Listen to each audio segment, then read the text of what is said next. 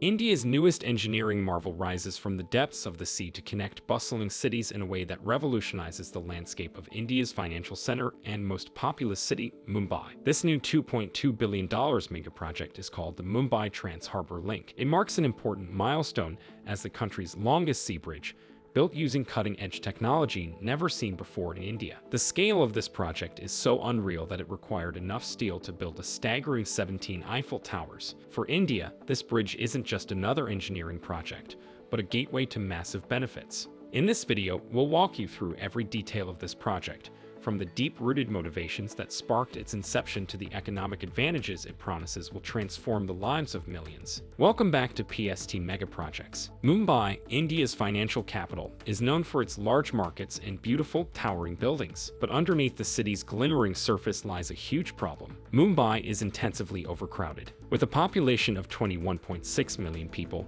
and a size of 603.4 square kilometers, the city's density is an unbelievable 35,918 people per square kilometer. As you would expect, this created massive traffic in the city's streets and roads, and the old 6 bridges that linked Mumbai with Navi Mumbai were always fully occupied by vehicles. And so in 2015, the Indian government gave the green light to the Mumbai Trans-Harbour Link, or MTHL, a new massive bridge megaproject that would help solve Mumbai's congestion problem. In December 2016, India's Prime Minister Narendra Modi laid the foundation stone for the project. The project was completed exactly 7 years later, in December 2023, and it's already being touted as one of India's most important and remarkable infrastructure projects to date. So why is it receiving this much attention? For starters, it's the longest sea bridge in India at 22 kilometers and the 12th longest in the entire world, which is considered a great achievement for the country. Out of those 22 kilometers, 16.5 are over the sea while the other 5.5 are on land. The part over the sea is composed of a 6-lane highway with 3 on each side. After the first 10 kilometers, users of the bridge enjoy stunning views of the Mumbai skyline and the Elephanta Caves. The bridge has enough capacity to handle 70,000 vehicles daily and has many advanced features that drivers can use. One of these features is India's first ever open road tolling system, which collects tolls automatically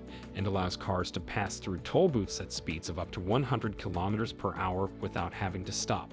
To help drivers navigate, the bridge will include electronic signs that display messages and information for drivers instead of traditional signs. But motorcycles, tractors, and auto rickshaws won't be able to join the fun, as they aren't allowed on the bridge. In order to ensure this regulation, cameras were placed every 330 meters on the bridge. The bridge was designed with vision barriers and noise barriers, with the noise barriers meant to block the noise of passing vehicles in order to protect the movement of flamingos and other migrating birds in the area. On the other hand, the vision barriers are meant to shield the Baba Atomic Research Center from the cars passing on the bridge for security reasons. The MTHL accommodates not just cars but ships as well. In fact, there's a 4-kilometer steel span section in the middle of the bridge that will allow ships to pass underneath the bridge easily, a feat accomplished by building orthotropic decks, a first in India. If you're wondering what that means, you should know that orthotropic decks provide a more efficient alternative to the traditional concrete decks for lifting up bridges, allowing them to have longer spans, since an orthotropic deck can reduce the weight of the entire structure. It's holding by as much as 25% compared to a concrete deck. For the MTHL, having 70 of these decks helps the ships passing underneath it enjoy a longer span without the need for support pillars that could obstruct shipping routes in the area. The bridge also offers many benefits for Mumbai citizens, with the main one being saving commuter time. You might find this unbelievable, but this amazing bridge reduces the time you need to travel from Mumbai to Navi Mumbai from 2 hours to 20 or 25 minutes. Because of this, the bridge is expected to save hundreds of thousands of liters of car fuel and cut back CO2 emissions by over 25 billion tons. It's also well connected to other transportation hubs in the area, like the under-construction Navi Mumbai International Airport and the Mumbai-Pune Expressway, ensuring strong connectivity for citizens in the area and globally. It is this connectivity that is making us think that the MTHL will completely transform Mumbai's real estate market, since it would encourage real estate prices to appreciate in value as demand for homes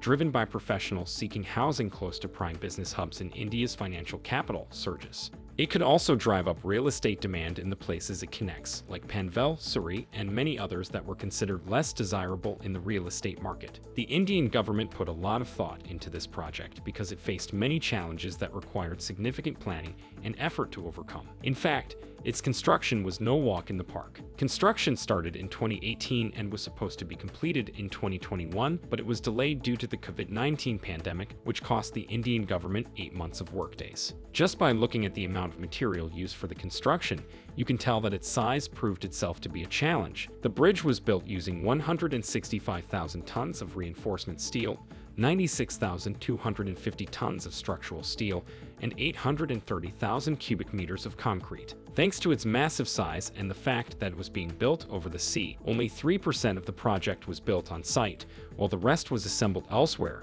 and then transported to the construction site for installation. Building the bridge over the sea was the biggest challenge that faced the construction team, as they had to dig 47 meters into the sea to provide the bridge with a strong foundation while being careful about destroying pipelines or communication cables in the sea at the same time. To overcome this problem, the engineers utilized a construction method called reverse circulation drilling. This hydraulic drilling method digs holes with large diameters to speed up construction in marine areas. Despite the harsh challenges, the construction team didn't ignore the project's potential environmental impacts. In fact, they fitted all the construction equipment with silencers to reduce the noise's impact on the wildlife in the area. The bridge was completed thanks to the hard work of 17,000 workers working 38-hour shifts, 1,500 engineers, and expert consultants from countries with great infrastructure expertise such as the UK and Japan. Now its purpose is to give Mumbai's infrastructure a complete makeover, along with other mega projects like the upcoming Navi Mumbai International Airport. But Narendra Modi was quick to use those mega projects for politics as well. During the inauguration event, he took a dig at the previous government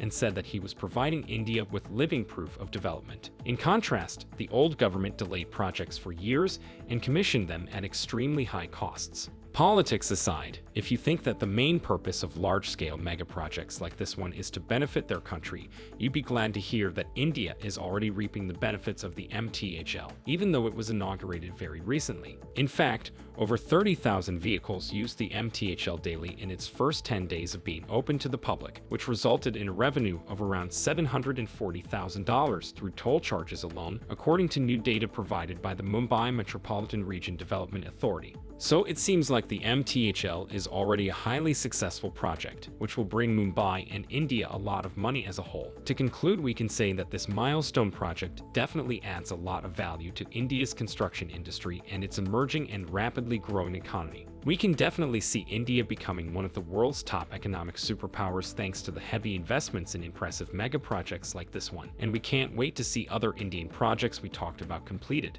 Well, that is everything for now. What do you think? Is this mega project good for India? Please let us know what you think in the comments below. And if you haven't, please subscribe and leave a like for this video. Your support helps us continue our work. Thanks again for your support, and I will see you in the next one.